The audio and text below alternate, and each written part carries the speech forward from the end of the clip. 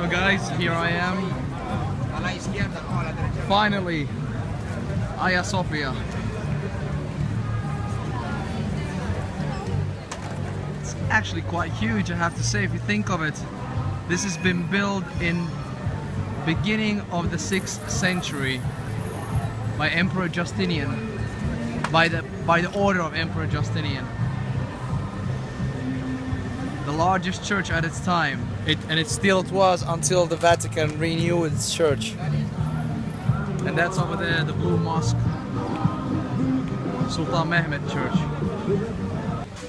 So hi guys, I just entered this thing. I got 5-day pass, but this 5 days, it's each museum one time. So I kind of got fucked in this somehow. I thought I can just come many times as I want. So I guess I gotta make the best of it now since I entered Hagia Sophia at 12:30. So anyway, this is something I don't know, which was not part of Hagia Sophia before. Yeah. So audio guide, electronic audio guide, 20. Maybe I'll just take this guide, make the best of it. You never know when I'm gonna be here next time. See you soon. So Hagia Sophia. Here we go.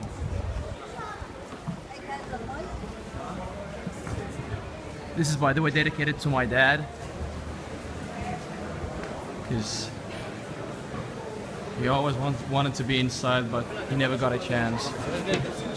Wow.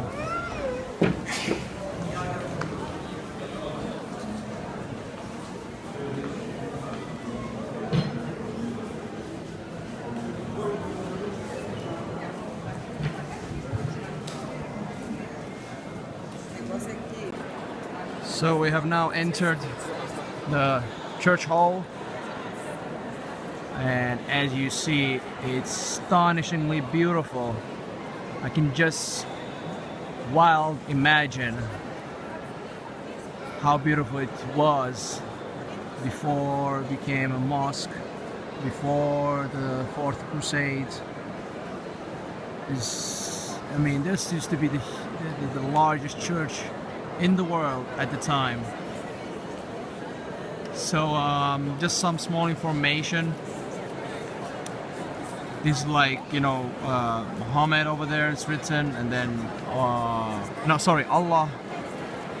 the name of Allah, Muhammad, and then there's like the 4 caliphs over here, and Ali is over there.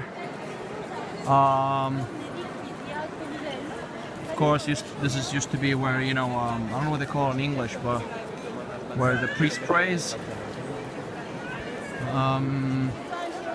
As much as I know that, this is actually an important spot. This is the coronation of the emperor. And as you see, there's like 12 spots which represent the apostles. Again, 12 always associated with the apostles. And then over there, over here, that's where the emperor's throne used to be, and this is like where the throne like spots, or where it used to be. So this is where the emperor used to sit after his coronation.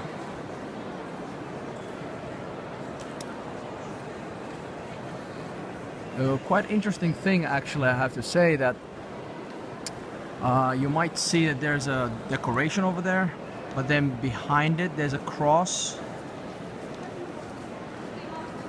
and this is as I understood, that the decoration is actually in the around 9th century, and the cross is older. The reason is that there used to be a cross is that there was this period called iconoclast in the Byzantine Empire, which meant that they were debating whether they can depict pictures or not, like Jesus' picture or something. And at one point, some emperors were against depicting pictures, and then of course, some emperors were with depicting pictures. So on the time when there was this iconoclast, which meant that against pictures or no icons, they took all the pictures away, and they replaced it with crosses and decoration of crosses. But then when the iconoclasm the emperor, and then finally around 9th century, beginning of 9th century, they decided that imaging is not heresy, that they can depict. So then they actually covered the cross with different decoration and some images.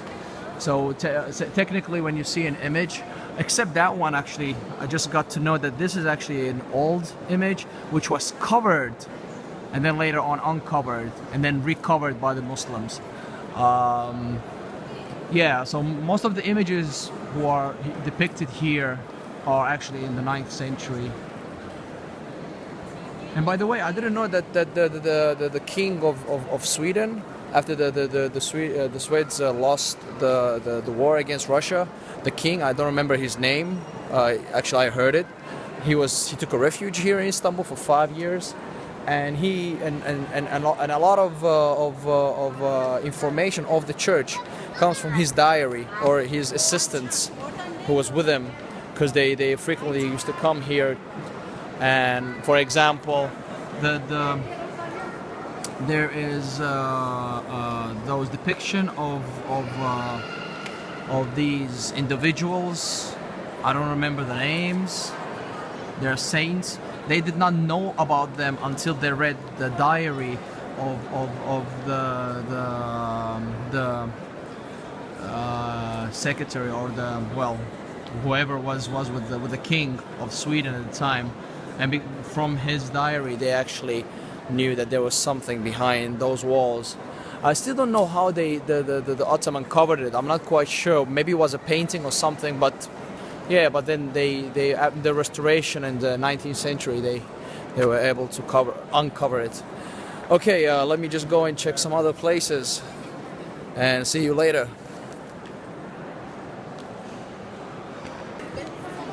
So this is the minaret, and this reads, for people who don't know what it reads, this is like Allah, and this is Muhammad, and then there's like the first four caliphs of the Islamic Empire.